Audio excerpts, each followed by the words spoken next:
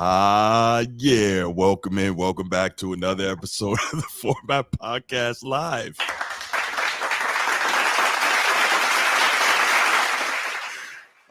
So y'all probably wondering why I'm laughing so hard.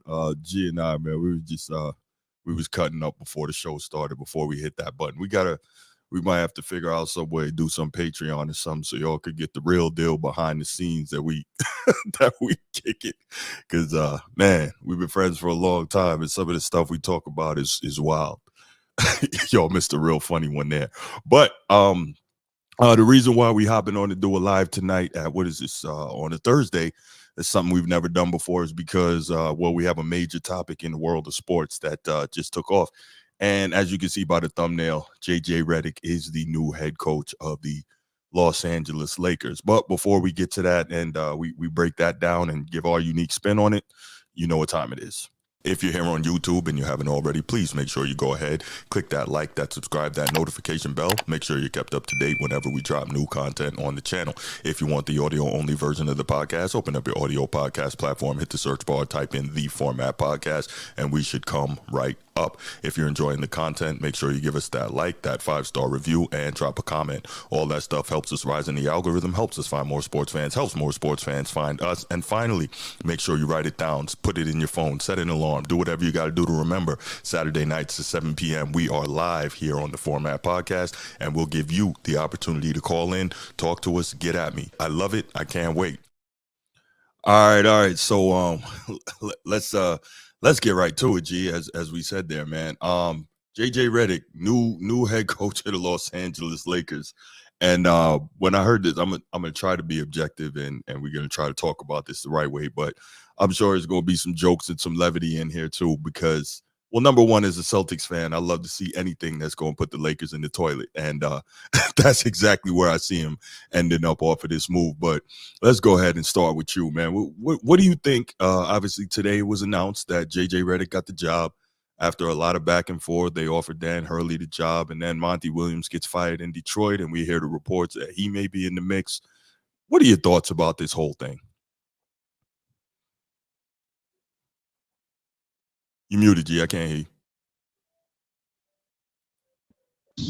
Yep. There you go. All right. So it kind of makes me look at coaching a little differently, right? Like, you hire a guy with zero experience, not great, of pretty decent career as a basketball player, not a tier one guy, right? More of like a role player coming off the bench. We don't have much as far as his coaching background to go off of. And you mean don't have anything? Absolutely nothing, right? Like, not even like he didn't even coach the Boys and Girls Club in his neighborhood when he was younger, like that guy. So, I mean, I have no idea what oh my goodness, what these guys are thinking about. I think they grossed maybe like 517 million off the sport last year, and it's pretty interesting. I think they still plan paying Darvin Ham, right? I think he got like 65 mil locked up in his contract. He got a good amount. I don't know if it's that much, but he got a good amount left. Yeah. He's a sloppy second candidate at best, right? The guy they wanted, they couldn't get, and so I think they pulled the trigger out of I thought it was like 4 or 5 candidates that they decided to interview, and they just pulled JJ's name out the hat. So this might have been a LeBron hire here. Just him moving pieces in the way that he went on his last 10 year at the Lakers. That's pretty much my view. The guy they wanted, they didn't get. Yeah, no, I definitely agree. Excuse me. The guy they wanted, they didn't get. Obviously, that was Dan Hurley. He went back to UConn. So that's not happening. The JJ Redick piece. So you and I, we talked about this from the beginning with that podcast, and JJ being on there with LeBron, and obviously those guys having a rapport. And I always felt like the podcast was first and foremost a LeBron propaganda piece. And secondly, an opportunity for JJ Redick to kind of show his X's and O's acumen without having to actually sit down for an interview, right? So if he's possibly one of your coaching candidates and you haven't had the opportunity to interview him, well, you could go straight to the podcast and you could watch that and see what's what and kind of get an idea there, right? And so that's that's kind of how I saw that. And you know, I just I saw that connection there, and I really thought not necessarily that LeBron was for sure angling to put JJ Redick in that position, but making it very possible should he decide that what he wanted to go along with that. So what I can say is this, right? In all seriousness, like I love to kind of needle the Lakers and needle Lakers fans and all that, but I'm really disappointed in what they're doing, being that they are, you know, one of the flagship franchises in the NBA and maybe even all of American sports. It's like they don't care, right? They don't care about winning. They don't care about competition, because if they did, they wouldn't have handed everything over to LeBron, totally ruined their future, and put themselves in a position where this is going to be real bad when he's done. Obviously, since he's been there, what have they been through? I want to say 5 head coaches now. Like, it's absurd. And if you're JJ Redick, you got to take this opportunity to coach the Lakers. But I'm also wondering, have you not been watching? Do you not realize that you're nothing but the next sacrificial lamb on the altar of LeBron? You know what I'm saying? Like, real talk. And Jeannie Buss actually said, because Stephen A. Smith reported it, Jeannie Buss told him straight up that they are all about doing everything they can do to make LeBron happy. But what does that do for your organization? You have a duty to your organization. You have a fiduciary duty to your stockholders. What are you thinking about making your prime focus, making LeBron happy? That doesn't make sense to me. You're destroying your present, you're destroying your future. You're not going to win a championship like this. So I really don't know what they're thinking about in bringing in JJ Redick. It doesn't make any sense to me. Yeah, I agree, and I think you was the first one to kind of talk about this, right? You say, "Oh yeah, looks like LeBron is going to try to pull JJ in that head coaching job." This was a couple months ago Mm-hmm, when he started the podcast, and mm-hmm, I was like, really? This guy had never coached before, though. I didn't think it was. I thought because there were so many other better candidates that they would pivot and kind of get somebody else who was, in either a lead assistant job and or a proven winner, right? Like somebody like Sam Cassell who won on both levels, right, as a player and as mm-hmm, a coach, mm-hmm. right? But clearly, it doesn't matter what your resume says. They just pick who they want to get, and I know a couple days ago when I kept seeing JJ Redick face everywhere after the Dan Hurley turn Mm. down. His face Okay. just started popping up everywhere. I'm like, oh, every frame is JJ Redick. Even when they don't have anything to say, he's just like Mhm. sitting there. And I'm like, well, Right, what is right. they trying to say, right? All right, so the media Mhm, kind of push this guy on everybody, right, for the Lakers, which I really don't care. I just watch basketball. I'm a mhm. fan. But I just I think I think you did the game a disservice by hiring somebody with no experience in that position or role, right? And you need Yeah. your younger your younger players that's coming up as well as that they're being put through a disservice as well, because now the person they're looking up to, or as a coach, is looking up to a player that's on the court, and that's never Mhm. good. So um, Right. that's that's my 2 cents on it. I think they ain't gonna never win with that guy. This is crazy, man. Like, Yeah, I think, man, for me, there's so many issues. There's the fact that he's only been retired for like 3 years, so he may be coaching some guys that literally he had to play against, and these dudes are like, "Yo, I was killing this dude when I was playing against him. Now he out here trying to tell me what to do?" right. There's that. There's as a head coach, there are going to be times where you got to take LeBron to task. That's hard enough for an experienced championship level head coach. That's But furthermore, a guy who's his buddy, that's not going to happen. What about when JJ Redick needs to discipline or come down hard on some of the other players? They're going to be like, is this LeBron talking, or is this JJ? Is this Coach Redick talking? You know what I'm saying? Is this JJ?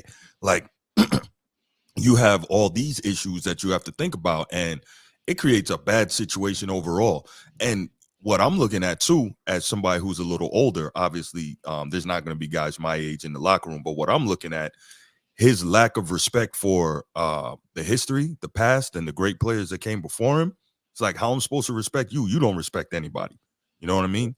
And so for those of you who might be wondering what I'm referring to when I talk about his lack of respect for history in the past and great players that came before, if you remember, while he was on First Take, he got into it one day with Mad Dog Russo, and he was not nearly as different as he should be towards Larry Legend, Larry Bird. He made other comments about Bob Cousy, the great Bob Cousy, basically the first truly great point guard, talking about how he played against firemen and plumbers, basically utilizing that to denigrate his skill set in that era. And the great Jerry West, who just passed away last week, he actually had to respond to some of those comments. Of course, Bob Cousy responded, and then Jerry West responded as well. So let's hear what he had to say. And I'll say this. Jerry West was kind. He didn't drop the hammer the way he could have, but he definitely had something to say. So let's take a look at that clip, and then we'll come back. Obviously, the game is completely different. The athletes are completely different. And I know JJ just a little bit. He's a very smart kid and everything. But tell me what his career looked like. What did he do that determined games? He averaged what? He averaged 12 points a game in the league. Somewhere along the way, numbers count. At that point in time, the players aren't what they used to be. JJ certainly wasn't going to guard the elite players. And so you can nitpick anyone. And I'm not, the only reason I'm talking about him is because he was not an elite player, but he was a very good player. But he had a place on the team because of his ability to shoot the ball. But those players at that era, and again, that was when I started to see the difference in athleticism. My era, I was an athlete way before my time. I had a huge vertical. Probably no one in the league was much faster than me. And certainly the competitive part of it, I would put myself among any player that played the game. Today also, winning is all that mattered. That's what drove me. And I subtly got better every year. We didn't have the facilities to get better. We had to work in the summers to support our family. But AJ should be very thankful that he's made as much money as he's made. And Bob Cousy, who I played against a couple of years, not very long, I just think it's very disrespectful myself. So I'll say this, G, before I let you chime in on that. Jerry West, I think he really softened the blow. You know what I'm saying? Like he could have came with the fatality, but he really softened the blow on him. Your thoughts on what the logo had to say about JJ Redick's comments? I think he did a good job of like giving everyone a snapshot in time of what some of the things the players had to go through, athleticism wise, and also how you know how much of a different player he was compared to all the other players. And then he fast forward to the type of player that uh, JJ Redick was, right? And if you read between the lines, he pretty much said you wouldn't be able to hold my Right, tennis shoes, right, my shoestrings, right? yeah. In both eras, right? Like, and so I thought he did a good job of and being respectful and breaking down what he thought. JJ said he was really smart, right? But he was just an average player. Mm-hmm. Yeah, so I don't know, man. Like I said before, I just think it's a disservice to see people get like this type of favor, and they're just like, oh yeah, he was the best candidate with no experience, right? Like Mm-hmm. at some point, it's they're gonna pick who they want to pick, right? Yeah. But yeah, it's just there's a lot of talented coaches out there that's without a job, and just to give this guy something because of friendship is Mm-hmm. crazy. It's crazy work, man.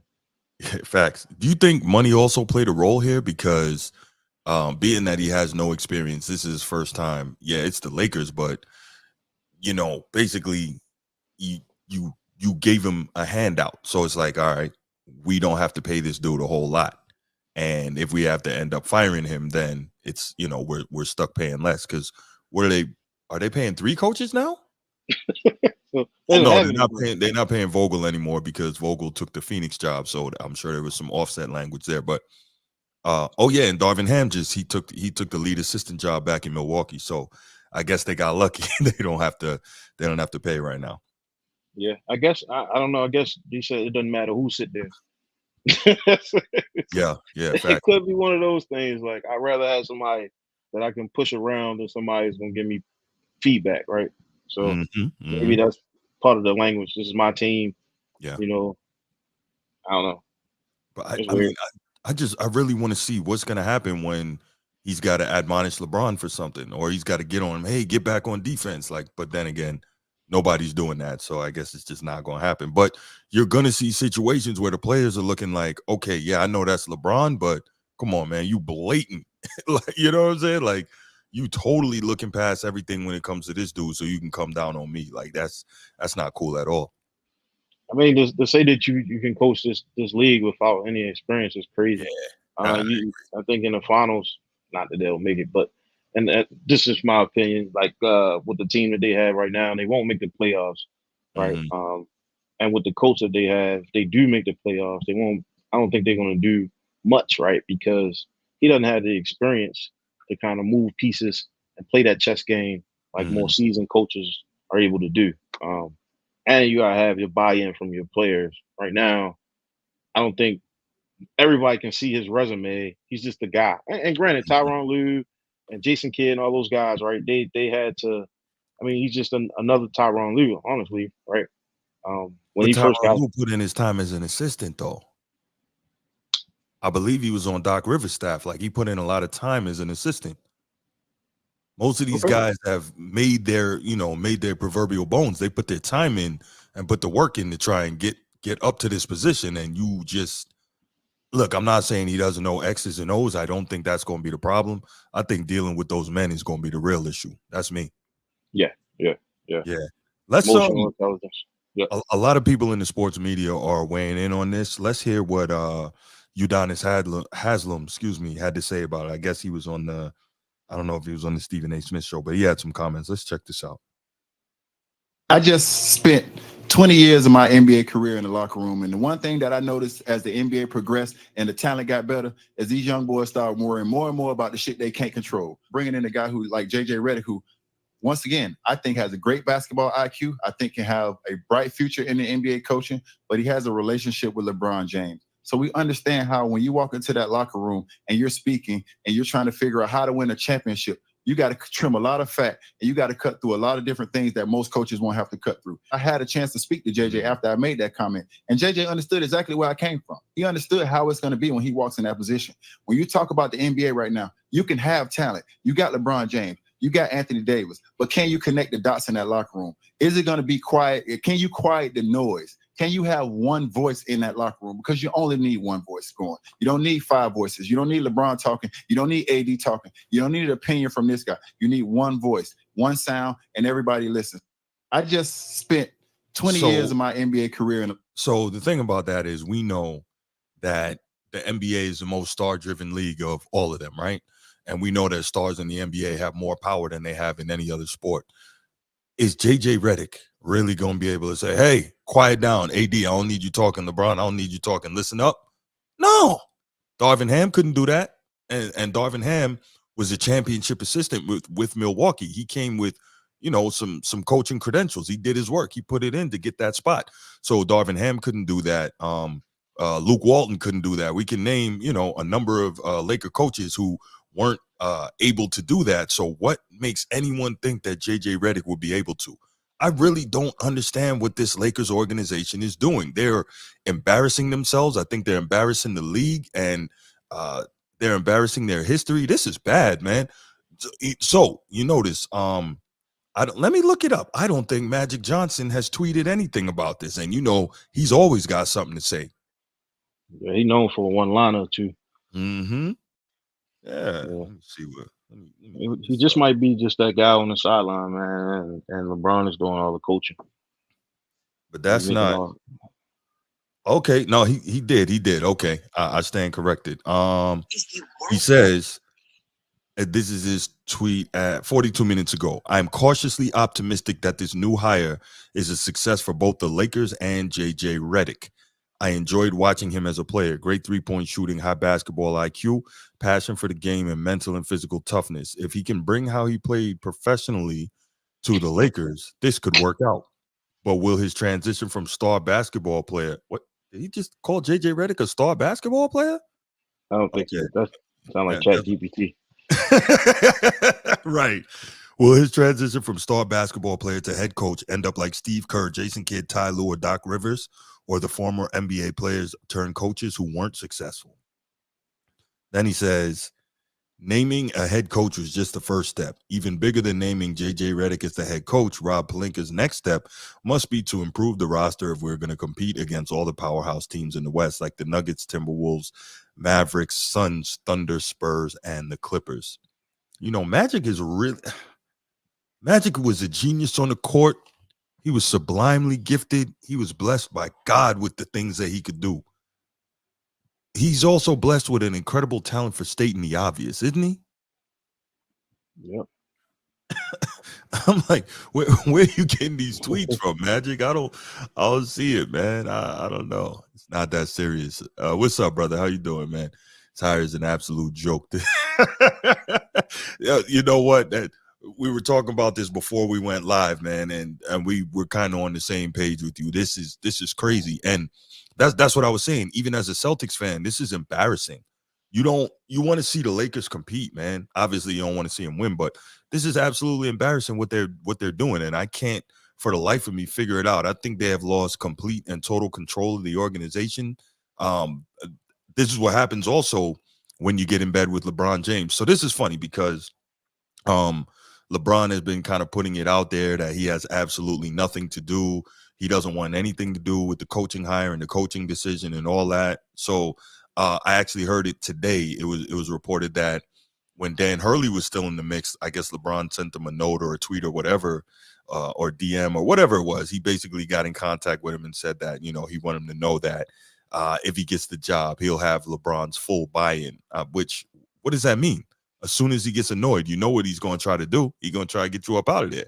So I don't, what you got is full buy-in for about a week? Like, I don't even understand that, you know?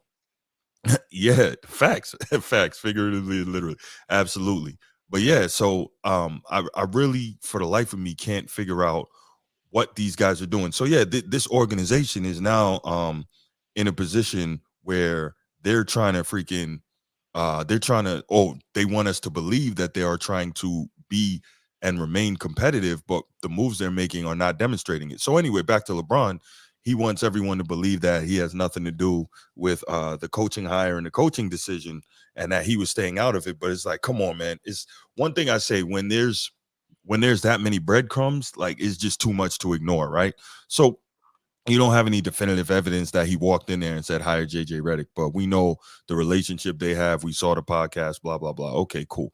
Now JJ Redick gets the job, right? So here's another thing. So this is kind of a side note, right? So we see this whole Bronny James piece, right? And we see that for years we've been hearing LeBron say that he wants to play with his son. That's his dream and all that. And then we hear Bronny say, well, you know, basically that's his dream, not mine. But I just want to come in here and do the work. I'm like, okay, interesting. And then we see Rich Paul is not allowing Bronny to work out for most teams, only the Lakers and the Suns. I'm like, okay, interesting. Rich Paul also makes it clear that LeBron James he's a free agent. So I don't know. It's a lot going on. But so here's what really got to me. I heard some comments. I didn't hear the comments. I read the comments and I got them here for you. So let's take a look at those. And then I'll get to a certain point and you'll understand why I'm bringing it up. Because this show is about JJ Redick, but I'm bringing up the Bronny James thing. So just stay with me.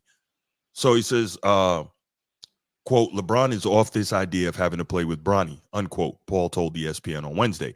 If he does, he does. But if he doesn't, he doesn't. There's no deal made that is guaranteed. It's guaranteed that if the Lakers draft Bronny at 55, that would be the 55th pick in the draft, LeBron will resign. If that was the case, now pay attention here. If that was the case, I would force them to take him at 17. We don't need leverage. The Lakers can draft Bronny and LeBron doesn't resign. LeBron is also not going to Phoenix for a minimum deal. We can squash that now. So then he goes on to talk about other teams that are interested in Bronny, I guess, to continue to drive up the interest, which I suppose an agent does, but you never hear going into the draft agents talking about the teams that are interested in their client. That's just kind of not one of those things that happen. But what really stuck out to me, G, is you heard him use very specific verbiage. And I always talk about being a communications guy and being a writer. I understand very much that words matter. And to a lot of people, words maybe aren't that important. They just, oh, he just said that. But no, words matter.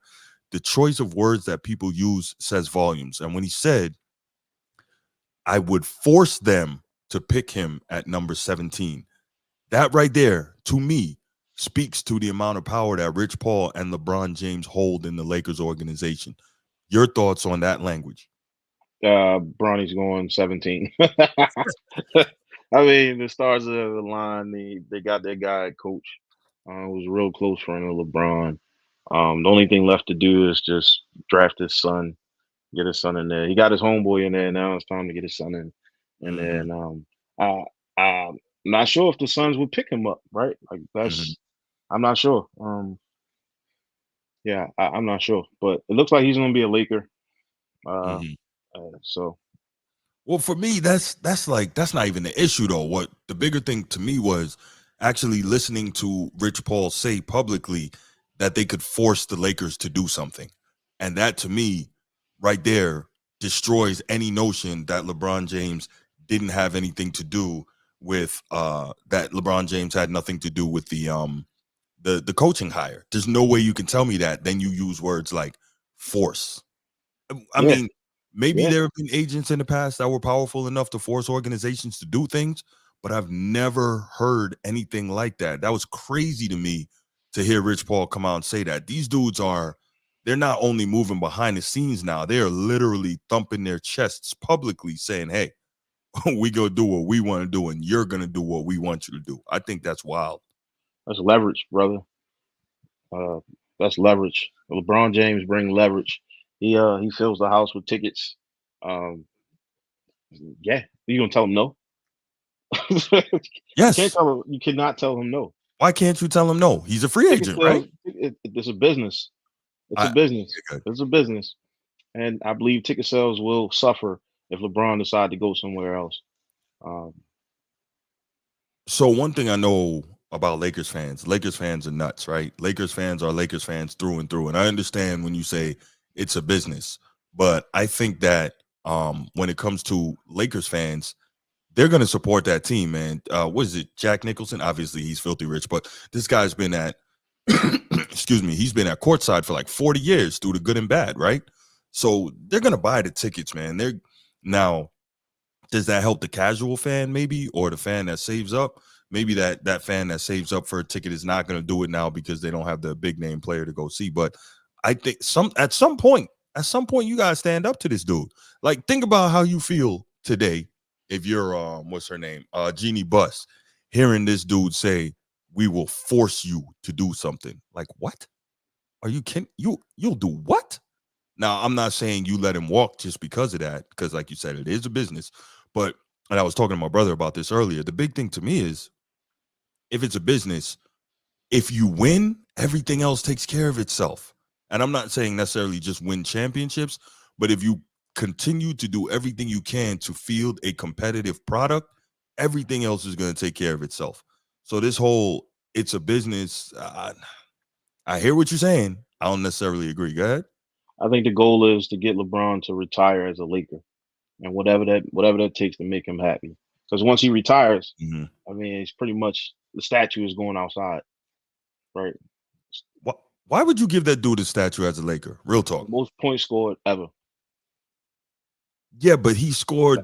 That's it. That's all I got for you. 5,000 points as a Laker. I have nothing else for you. That means he scored about 38,000 in other uniforms. Like, if he had done all that as a Laker, I get you. Yes, I understand that. That's the goal. I'm telling you, they I can tell that they do not want him to go anywhere else.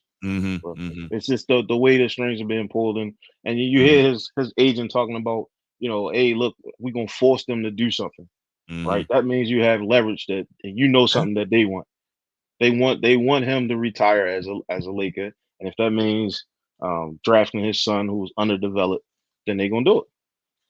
So here's my other question, right? And this wasn't necessarily about Bronny; it was about the JJ Redick thing, but it kind of goes hand in hand, I suppose, when we talk about the control that Clutch Sports and LeBron are clearly and openly demonstrating and speaking to over the Laker franchise. Um, I'm not mad at you drafting Bronny if you're the Lakers. I'm okay with that. I just you're right, it's not that serious. I'm thinking about, are you not considering the future at all? Because you're not gonna win another championship before LeBron retires. You're just not. I mean, I suppose you could get lucky and make a run. Like if you get some injuries and stuff, like what Boston got this year, you could, right? But I think it's highly unlikely they win another championship before LeBron retires. So, are you not thinking about your future at all? Just don't care? I think it's still early.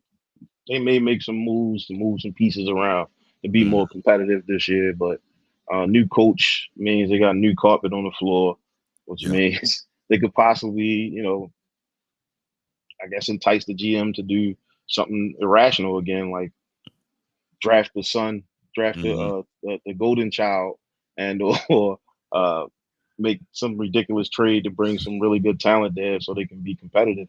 I, I couldn't say it's too far ahead to say, but with a new coach comes, possibly new players. I'm not sure what type of reach JJ Redick has, right? Like it's, I mean, you never know. No, you never know. But again, if you make some some major swing trade to try to bring in another star, not quite sure who's available or who would be willing to work with you, right? Because if, like, we know Paul George available, we also know that the Clippers are not doing any any real business of a star with the Lakers. They're just not going to do it. So it's like, what's available, what's out there, and even if it was, if I'm the Lakers, do I continue to destroy my future on some last gasp attempt that's probably not going to bear fruit? Yeah, they probably will. They probably will. I mean, desperation is at an all-time high right now. You got the Celtics with 18 rings, one Mm-hmm. more than the Lakers. You're absolutely right. They're going to try to tie that up. That's as soon as y'all won, the first thing you said Magic say is, "Oh, you guys got one more ring than us." Yeah. So Yeah. I mean, it could be one of those things where the stakeholders say, "Hey, we need to make the run to tie this thing up." No, you're right. This it's not that serious. This isn't hyperbole. LeBron is a liability on the court. He is, but he's a feel good story. Okay. Yep, I facts. I don't see the feel good story piece. I don't see that at all. I see a guy now that, again, this could be me being a hater, but I see a guy who is ruining that franchise. I do. I don't see a feel good story at all. Yeah, he got the 40,000 points, but other than that, I don't see it. Gee, what are your thoughts? Why would you see that as a feel good story?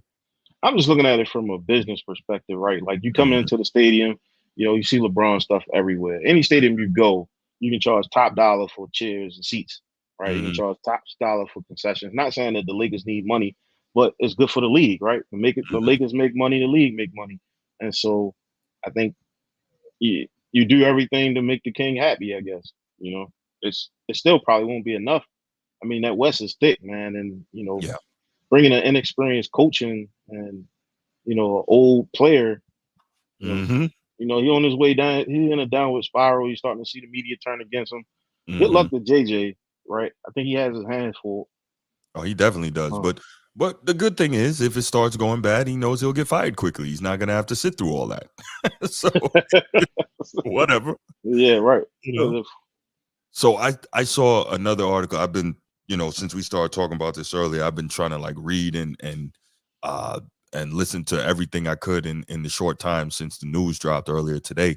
And one of the things I'm seeing is that obviously he has to now, him being JJ Redick, start looking at his assistants, and one of the possible names was Sam Cassell. Now, If I'm Sam Cassell, why would I leave the Celtics and go be an assistant for freaking JJ Redick? Why would I do that? Because I you're wouldn't. gonna probably be taking over half the season when they fire him.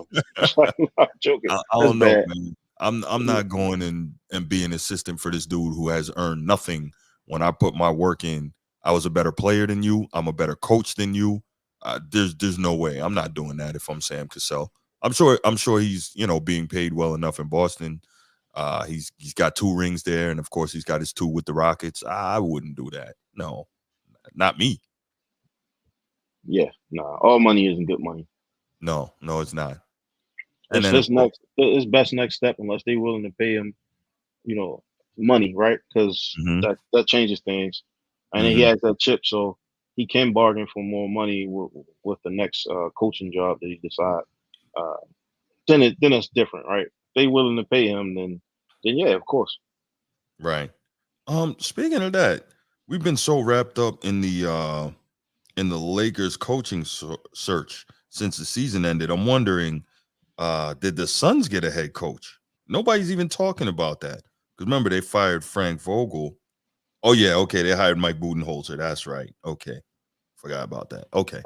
Because I was like, who the hell is the Suns coach? All right. That's not bad. He's a champion. We'll see how that goes. Probably not well. he doesn't have a whole lot to work with either. But okay, yeah, I forgot about that. What we got? It's not that serious.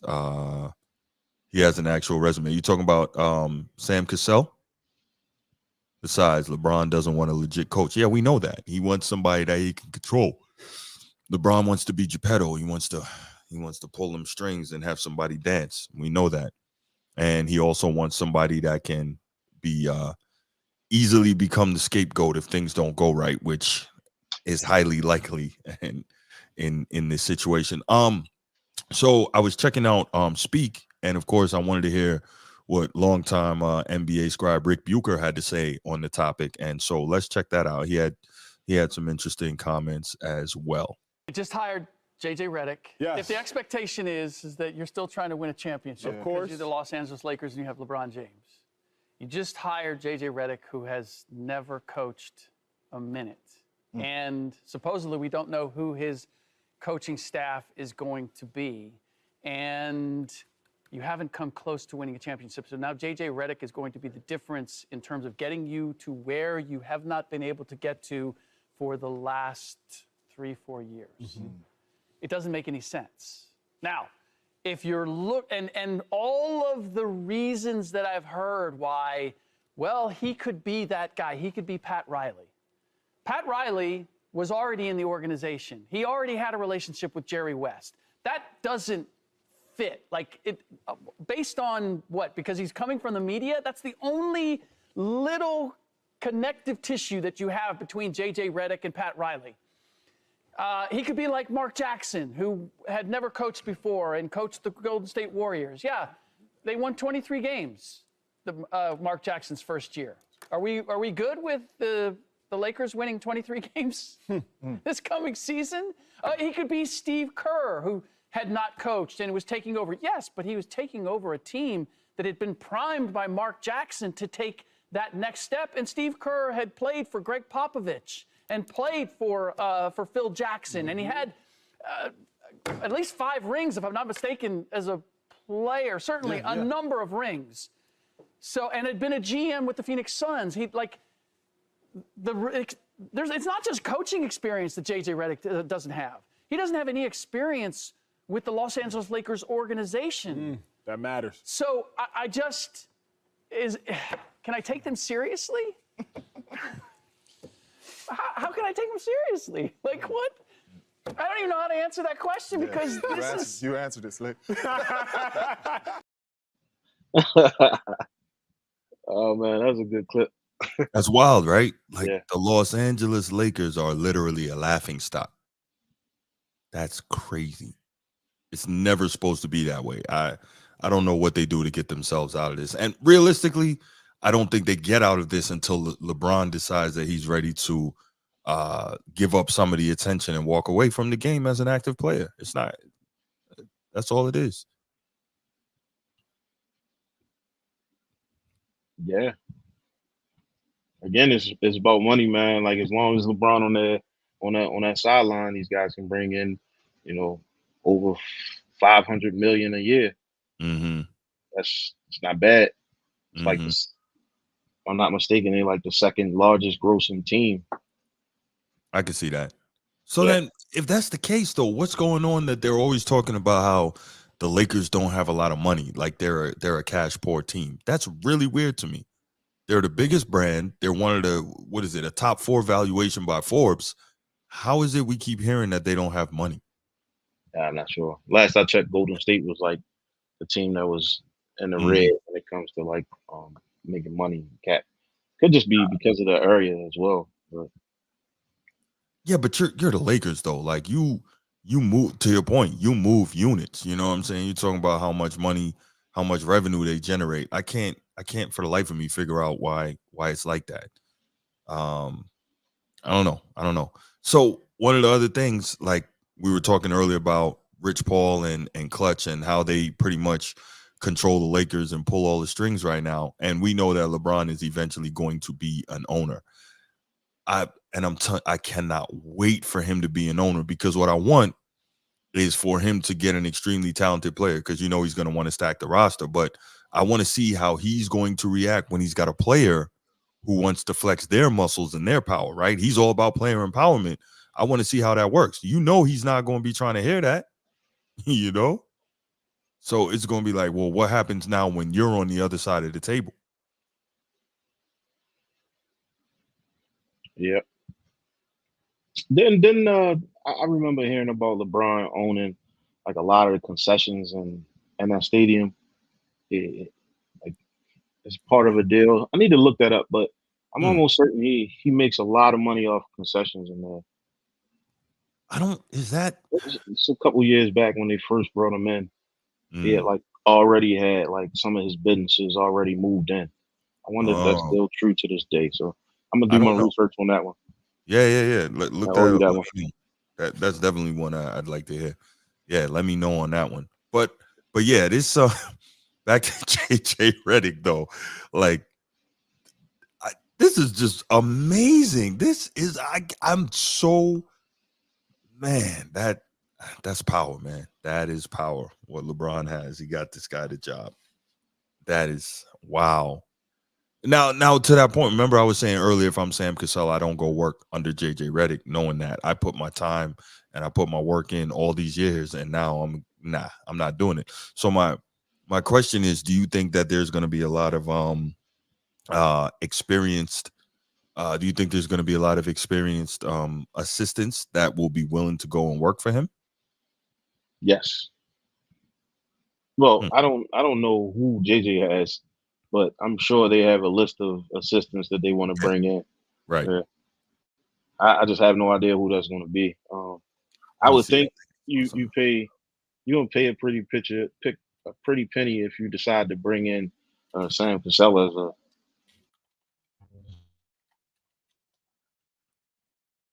Hello? Did I lose you? Oh, okay, you're still there. All right, cool. Yeah, I'm looking up to see what we got on possible JJ Redick assistants. All right, so let's see. 7 candidates rumored to join Redick as an assistant coach on the Lakers. Let's see. So this is for the Win USA Today. Okay, cool. So decent source. What do we got?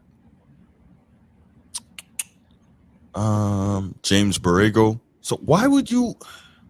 It's crazy. So he's the associate head coach of the Pelicans and former head coach of the Hornets. He also has this experience as an assistant with the Magic and the Spurs. He was an assistant for JJ Redick as a player in Orlando during the 2012-2013 campaign. So I coached you, and now I gotta be your assistant? Nah, I wouldn't do it. I don't know. Maybe I got too much ego. Sam Cassell. There we go. As a player, Sam Cassell's former NBA All-Star, 3-time NBA champion.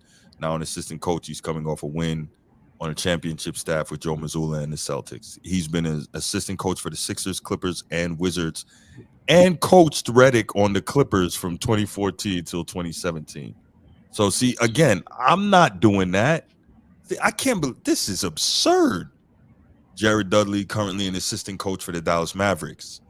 Longtime former NBA player who played for the Lakers when they won a title in 2020. And he became close with 2 Los Angeles Stars during that time. Okay. Scott Brooks. If the Lakers are looking to hire someone who already has head coaching experience, Scott Brooks is an obvious candidate. Gotta be. Okay. Rajon Rondo.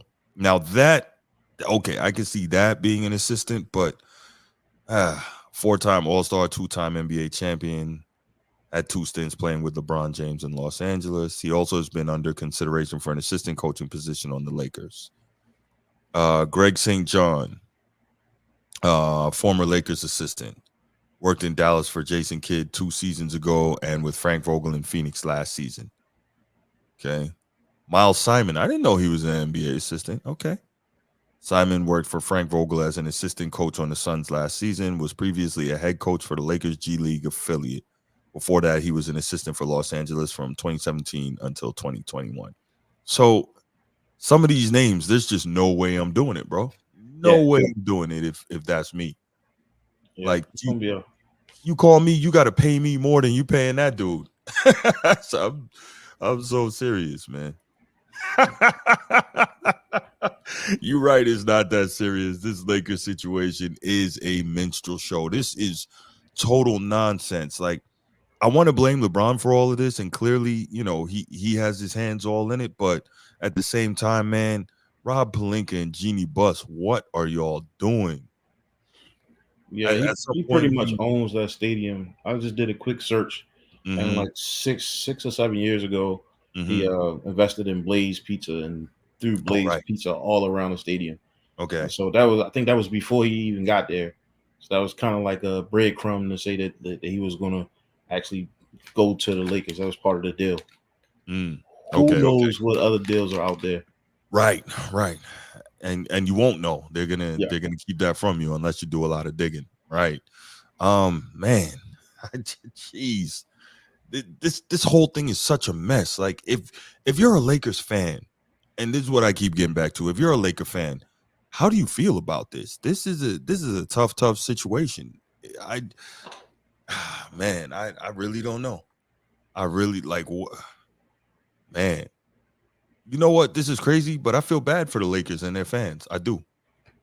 Now, they're allowing themselves to be in this position, but I feel bad for them because it's, like we said, it's a banner franchise and one of the best in the game. And it's, I don't even know. I mean, I don't think there's any question about JJ Redick's X's and O's, but here goes the other problem, right, G? And I'll get your thoughts on this. He knows X's and O's, but he seems very, very beholden to analytics. To the point that even on their podcast, LeBron at one point was like, get the F out of here with those analytics. And he's trying to explain to LeBron why the analytics is the way to go. Your thoughts on that? I think I watched this podcast like one time, bro. Like, at the end of the day, it depends on who wins, right? Like, I think the last time I heard people start pulling stats on analytics, they was doing something with, I think it was either Cisco and Under Armour or something. They was pulling, they was trying to pull analytics to figure out when a player was tired or when they was hurt, and when what foot they was getting more power off of, and kind of use those stats to kind of make decisions on the court, which I think is I get it. I get what you're saying. Yeah. Maybe he's bringing something new that he believes he's bringing something new that nobody else knows about. But I mean, it's X and O, man. Like, you have to be able to make those on the spot adjustments. When your team is down, right? Yeah. Not when y'all winning, but when y'all down, and rest the guys that you need to rest. We don't have the tape on him doing that, so nobody that's does. Gonna be his biggest feat. Yeah. But and the only thing he has to do is win one more game than they won this year, and then it'd be considered a goodbye, right? But I definitely think they're gonna want them to go deep in the playoffs with a new coach, because they blamed everything on Ham. Yeah, it's not that serious. You're 100% right. That's what I was gonna bring up next. Is that we get the analytics and we get to an extent how they can work, but they don't allow for context because they don't really, the numbers can't really factor in the difference in situations and how that applies. It's just raw numbers. And so like, I get that. For instance, I think Missoula he's an analytics guy in terms of really shooting a ton of threes and all that in Boston. And that worked out for them this year, but the analytics say, okay, you shoot more threes, but does that can the analytics understand, okay, well, when you shoot a three in this situation versus that defense or this type of player, blah, blah, blah. Like the analytics are cool, but they can't really delve into the context that allow coaches to really make legitimate decisions. So if he being JJ Redick is just a guy that is making decisions almost solely based on the numbers, like that's not good. Yeah. Man. So let me ask you this, G. If you're Rob Pelinka and Jeannie Buss, right? Okay, you've hired this guy now. How much leeway do you give him in hiring his assistants, or do you either play a role in that, or do you tell him, hey, I got to vet your assistants before you hire them? Absolutely. You're absolutely vetting the next guy that may take over for you. You absolutely, yes, you are definitely putting a backup plan in place for this guy, man. With no experience, you're definitely putting a backup plan because anything can happen in these locker rooms. They're heated, right? And once he loses the locker room, that's it. In his case, he has to earn the locker room, and that'll be something that it'll be interesting to see because now he's just Coach Carter it. Right? He's pretty much blazing his own trail, man. I wish the brother best of luck, but he gonna need it. It's gonna be tough. Oh, he's gonna need the best of luck. And they say luck is when preparation meets opportunity, but man, how much could you possibly prepare as a first-time head coach to coach LeBron James and Anthony Davis? Under the bright lights, it's crazy. That's crazy. Under the bright light. Think about it. He thinks he was scrutinized at Duke. Oh my gosh. He has no idea what it's going to be scrutinized as the Lakers head coach. I mean, yeah, you definitely surround them with pretty much the best assistants you can. Because, and you give them the right, or you give them the leeway to run the operational aspect of the coaching or the camps, right? Because that's what you got coming up. You allow them to run it, and then you kind of have an oversight, more like just a media person. That's pretty much all he's going to be, a media guy. Right. Yeah. He'll lean to his strengths. Redick is signing a 4-year deal worth in the neighborhood of $8 million per season with the Lakers. Yep. I guess that's not huge money, right? Yep. Because what they were going to give, what's my man name? Hurley. They was going to give him what, 65? Yep. 65 over 5 years. So, I guess $8 million a year is not bad for a first-time head coach. But I'd have been like, yo, man, you going to take what I give you. You never coached anywhere, and I'm letting you coach the Lakers and LeBron James? Man, listen. You know what I'm saying? Yeah. And I'm sure he probably signed the worst contract you can sign. No leverage, bro. None. Oh my gosh. He just wanted in though. But I wish the brother best of luck. It's gonna be a tough one. It's gonna be a real tough one. I can't even. That's a good question though. Like, is the podcast still gonna be on? How? Yo, real talk. I mean, first of all, he should be buried in work and watching film and trying to be a good coach as a first-time head coach, right? Secondly, how can he possibly be still out here doing the pod with LeBron? Like, man, can you imagine the type of side eye he's gonna be getting from his team if he's still out there doing that? Oh, nah. He can't. I was thinking about that earlier. He can't do mind the game anymore. He can't do old man in the 3. Like, he'd get fired even faster if he's out here trying to do that. I don't know what he's gonna do. I have no clue. Shoot, I know what he's gonna do. He's gonna get fired, and it's. I don't think it's gonna take very long. But hey, whatever. As long as the Lakers don't win, I'm good with it. Yeah, Oh, I guess I'm glad I'm not a Lakers fan. Yeah, this is amazing. This is amazing. So G, should I should I share with the world the as we're having some fun here? Should I share with the world the automated robocaller that I found for the Lakers fans? Why not? Yeah, let's do that. So check this out, y'all. This is serious. I found an automated robocaller. All right, it's not that serious. Appreciate you, bro. Automated robocaller for Lakers fans, and it worked out. I thought it was very entertaining. So check this out. I actually used this on a couple of my Lakers fans in my circle. I thought it was good. Check it out. This is the Loser LeBron Lakers helpline. I'm calling to ensure that your current state of mental health is optimal. I was advised by the Boston Celtics to call you. If you are well, please press 1. Needless to say, I don't think they enjoyed it too much. But if I got any Celtics fans out there or people who are just not Lakers fans, feel free to cut that and use it. It's a lot of fun. You call somebody up and just play it, and they're gonna be like, "What?" It's pretty good. Oh man, I think I'm gonna take on. I think I'm gonna start rooting for my Orioles again. They beat the Yankees 17-5 today. Yeah, that was a smackdown. Yeah, it was a smackdown. Oh man. So you know what else I'm thinking about too? What just occurred to me. So because you mentioned the Orioles, and it got me thinking about summertime sports, and then I was thinking, cause summertime is normally baseball, and I was thinking, okay, we got the Olympics. So I'm thinking JJ Redick also now loses a major part of his off season in terms of working with his two big guns to try and put things in place and get situated for the following season, because Anthony Davis and LeBron are going to be away on the Olympic team. So now you lose time with these guys in terms of, getting everything rolling. So that's another problem. This is bad all around. I've never seen anything like this. Yeah, they won't be able to teach those guys nothing anyway.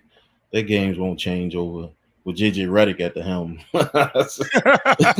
You'll get the same thing you got last year, man. That's a good point. They just gonna do what they want to do. Probably tell them what time they coming in. Hey,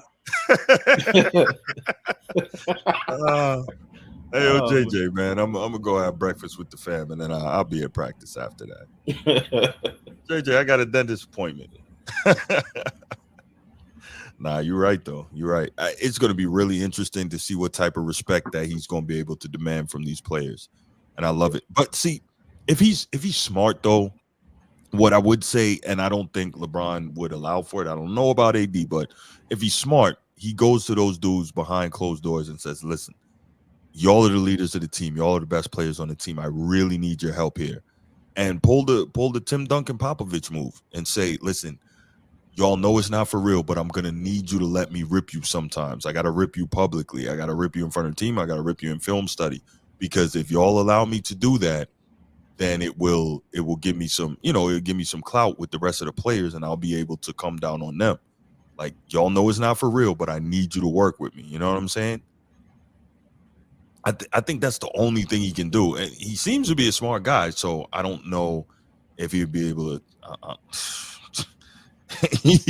he better do that. He better do that. Yeah. 3 games and press conferences. That's pretty much his baby. Right. Yep. Yeah, but now he has to handle this from a totally different angle now, though. This is not just, you're not going on First Take the next day to talk about it. Now you got to sit there in front of that LA media. Now it's not the Philly media or the New York media or the DC media or the Chicago media, but still, these are people that have certain expectations based on what they've seen covering the Lakers for a long amount of time, So I mean, think about it. Bill Plaschke, when he gets in that thing, when he gets in that press conference, he's gonna go at you if what he sees is not what he expects. You know, he got some long time legitimate sports writers in there. So I don't know. He's gonna have to sit there and he's gonna have to deal with all that. And here's the question: if it starts going bad, is LeBron gonna kick him to the curb, or is LeBron gonna help him and support him? I think I have my answer on that, but you never know. Yeah, I think with him, you get somebody that can spin narratives, right? Because they have a relationship with the media, It's a great right? point. And so maybe things aren't going as well, or you amplify some things that are going really really well, and that's what you push into your fan base, right? Because before it looked pretty bad. They were sitting there and not really engaging what the coach was saying, things like that. And so now you have somebody who can kind of tell them, all right, we need to act a certain way. LeBron's gonna do what LeBron want to do on the court anyway. That's gonna happen, right? He Right. didn't flip a play since he was 8 years old, so he's seasoned So, vet, man. so real quick, as you brought that up, Nah, he man. said no, I'm just he said he been flipping plays in his head when he was 8 years old, right? But then on another interview, he said he didn't start playing basketball till the 5th grade. What's going on here? Was he 8 years old in the 5th grade? That doesn't sound very good.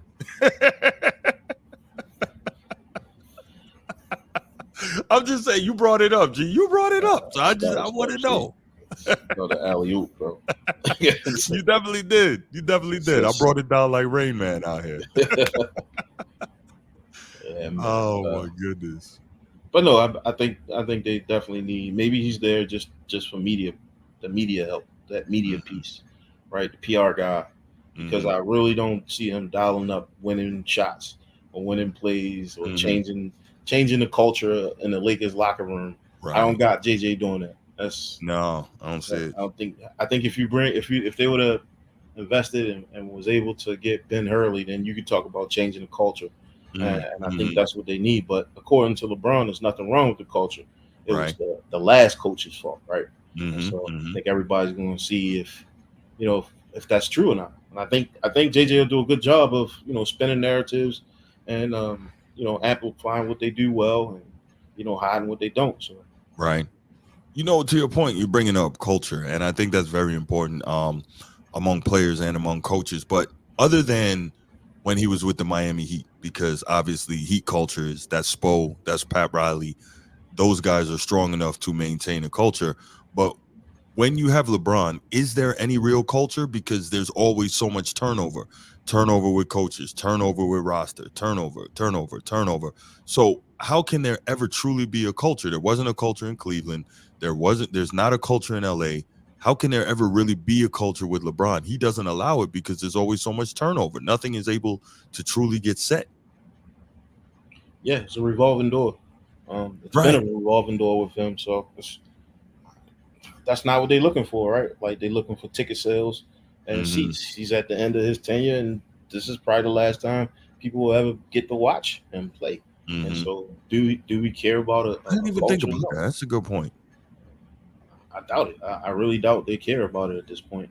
I was just saying, going forward, right? Like, what does that do for JJ Redick, who's just starting his coaching career, right? And without a culture, without being able to set the tone, you won't get another deal. You won't get another coaching job unless you do really well with this one. So for him, this is all or nothing. Yeah, it's a great point. And I think you're right. I hadn't even thought about that part of it, the fact that he may not get another shot after this. But realistically, like, why would you? Well, then again, maybe you give him a shot as an assistant. He's not getting a shot clearly as a head coach anywhere after this because I'm saying after this because I am under no illusions or any pretense whatsoever that he's going to be able to keep this job for more than a year and a half. Like he's going to be out. Now, you laugh, G, but I mean, come on, man.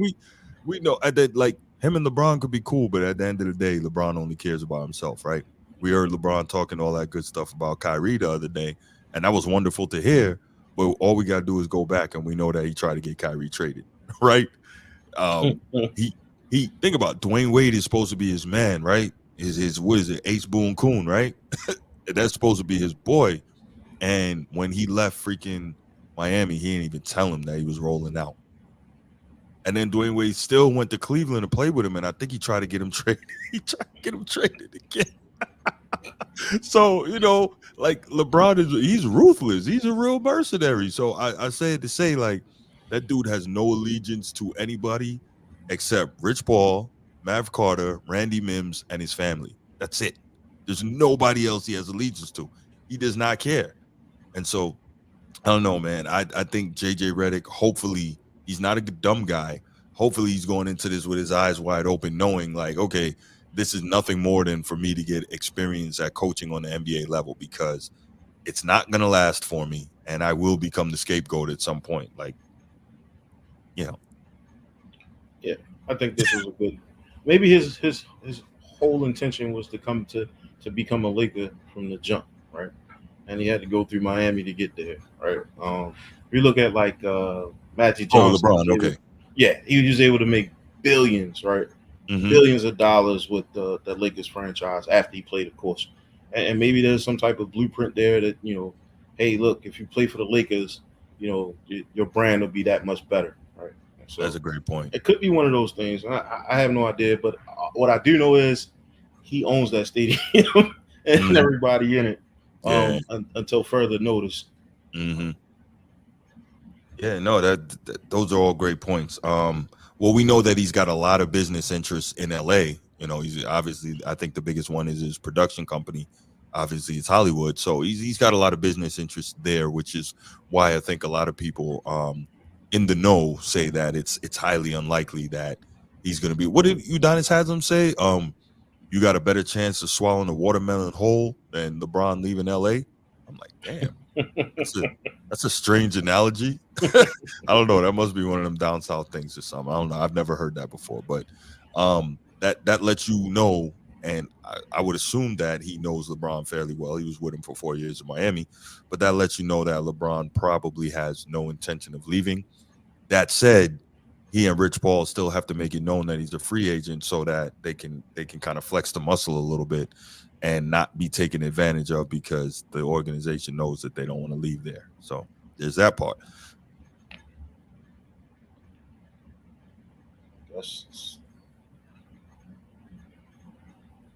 Man, it's up to JJ, man. Like,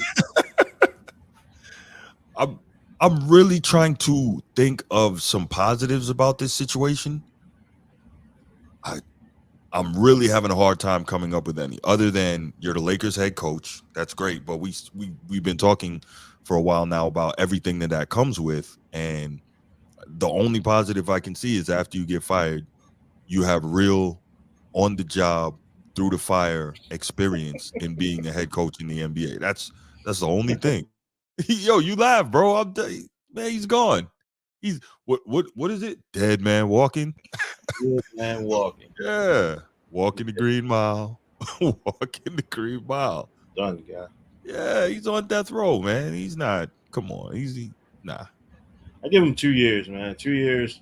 I give him 2 years in the seat, and then I think they'll move in a different direction. Mm-hmm. Yeah, I give him 2 years. I don't know if they decide to draft Bronny, then he'll probably stay the whole 4 year. You might see him as that coach for the next 4 years. Mm-hmm. I'm curious to know how much longer LeBron plans on playing. I am curious to know that, because he hasn't given any indication like that this year is going to be his final year. Yeah. I mean, he's going to probably play as long as they pay him. Right. I think personally, how many minutes you probably see his minutes start to decrease a lot in the front part of the season. Right. No, that's a good point. But he's going to make sure his numbers never get to his minutes never get to a point where he can't get his numbers. He has to make sure he does that, right? Because we know he's all about the stats. He's one of those guys. So he's never, his minutes are never going to decrease to a point where he can't continue to get numbers. New coach, I think LeBron shows up in the best shape of his life first season, and he got to cash in on those favors that he called in. Maybe so. Yep. I mean, I have no doubt that LeBron's going to come in good shape. Like he's he's never not come in good shape. I don't have any concern about that. He makes sure he can go, because again, you got to make sure you get those numbers right. He gotta keep that double-digit point scored streak going for however many more games, and blah blah blah. But yeah, no, I get it. It's really going to be interesting. It's really going to be you get to watch the Lakers play, and the West is unforgiving. So unforgiving. yeah, you get to see an inexperienced coach versus the Lakers, with the Lakers versus everybody else. So yeah. Right. I'm trying to think. Clearly, there's some good coaches in the West, right? You got the coach from Minnesota. I can't remember his name. Obviously, you got Jason Kidd. You got Tyronn Lue. You got Chauncey Billups. He just needs some more talent on the roster, but he's a solid coach. Obviously, Budenholzer. He's a champion. Coach Pop. I think Wemby's only going to get better, and if they get some more pieces around him, they may be dangerous again. He's clearly going to be able to coach rings around freaking JJ Redick. So there's some good coaches in the West. So I don't know. I hope JJ Redick in the film room right now. I know that. Probably is. Yeah, we'll see. All right, G. I guess we can go ahead and wrap it up right here. Probably not going to take any calls, I don't think. Yeah, we don't really have much in the chat. Not going to take calls. So we'll leave it right here. I'll be back with you Saturday night, and hopefully we'll have some more information by then, maybe on the assistant coaches on his staff, and then we'll see what else is interesting to get into in the world of sports. Obviously, we know NFL is going to be on break, but yeah, I think we got a lot of Olympic trials stuff going on, so we may have some. And you know what, G, we still haven't talked about the fights. So Saturday night, I think we need to make a point to talk about boxing, talk about Tank, and talk about Benavidez, and see what we got, and some other big names in the sport. So I think we can look forward to that on Saturday night. Yeah, I think Ryan Garcia got suspended for a year or something like that. Yeah, I saw that today, man. That's tough. They really hit the hammer on him. They came down hard on that. Yeah, I think he gets to appeal it though, if I'm not mistaken. Probably. Yeah. But you know why? I think they did that because he popped for 2 performance enhancing substances, or performance enhancing drugs, whatever you want to say. So I think that's probably why they turned the fight to a no contest and suspended him for a year. That's tough. But you know what though, with the way he's acting and all that, maybe a year is what he needs to get some help, because he doesn't seem to be in a good place mentally. So and I think that was one of the things they should have put in his clause, right? Right. That he you got to demonstrate that you're seeking legitimate help. Yeah. Help. Yeah. Some therapy and all that stuff. All right, G. Well, we're gonna leave it right here. Man, appreciate you coming in with me again as always, man. Talking about this crazy situation, which I'm enjoying a great deal, obviously. Yeah, Lakers. Maybe they tanking. Maybe they tanking. Who knows, man? Who knows? Nah, they can't tank, because think about it. Everything LeBron is doing now is to try and further his legacy for this quote unquote GOAT argument, which really isn't an argument. But he's not going to allow them to tank, because he doesn't care at all about what's going to happen once he's gone. He's still got to try to get his. So I don't even think that's a concern at all. I mean, he's definitely one of the best player GMs that ever played the game of basketball. I don't even know if I go that far. He's definitely one of the best player GMs. So I think if he was that good a player GM, he wouldn't have to make all those moves, because he would get it right the first time. So he wouldn't have to be completely revamping teams at the halfway mark of the season at the trade deadline. But that's just me. Just because you build super teams don't mean the chemistry is going to be there and you're going to win. That's true. The fact that he can get everybody on the same page. I mean, this is another conversation for another time, but the league blocked a lot of potential moves that players was trying to do, right? And he was able to get those deals, pushed out. So that's in itself, he's the best behind the scenes player I've ever. Yeah, maybe so. You might be right, because he is always what do you call that? The hidden hand. Yeah. Yeah, he always got that going. Yeah. All right, brother. So yeah, let's go ahead and we'll stop it right here, and hopefully people can just check it out on the channel. Make sure if you came in, just hit that like button for me if you haven't already. Make sure you subscribe wherever you're watching. Appreciate you for coming in. We'll be back Saturday night to talk some different stuff, and we're out. Peace.